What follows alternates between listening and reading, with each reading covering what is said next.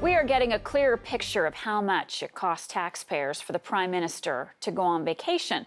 With more on this story, we're joined now by Michel Boyer, joining us with the CTV News exclusive this morning. Good morning, Michel.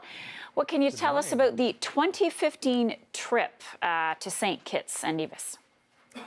Well, it came under scrutiny because of how much it cost taxpayers to keep the Prime Minister's jet on the ground, grounded, for upwards of 200 hours as the Prime Minister and his family vacation. That bill was just over $40,000. Now we're learning a little bit more about exactly what it costs for his security detail. Of course, whenever the Prime Minister travels, whether it be for business or for personal travel, he has a security detail.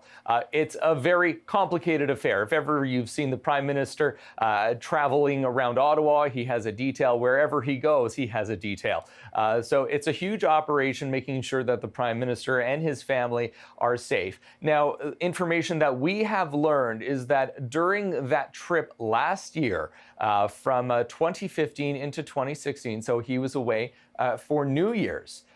It cost the RCMP, just lodging for the RCMP between December 30th and January 10th, $20,000 for officers who stayed at the same resort the Prime Minister and his family were staying at. And there was additional personnel that was required as well for that. So another $44,000 for RCMP security to be staying at other villas nearby. So this just really sheds, so the total there, about $65,000 for the Prime Minister's security detail. And it really gives us a sense of how much goes into making sure that the Prime Minister is kept safe both when he's on travel, but also when he goes away for a personal vacation, Marcia. And Michel, accommodations aren't the only costs that taxpayers front.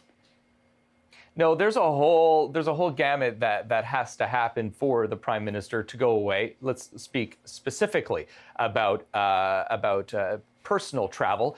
The Prime Minister is not allowed to book a flight with Air Canada or WestJet.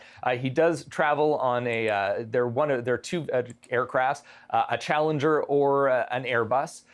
Depends on how long the flight is, how far he's going.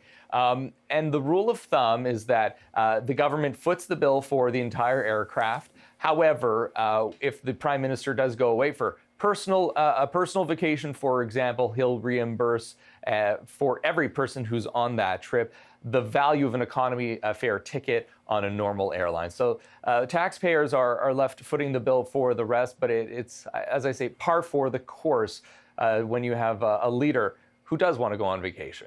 All right, and who doesn't? All right, Michel, thanks for that. Who doesn't? See you later exactly. this morning.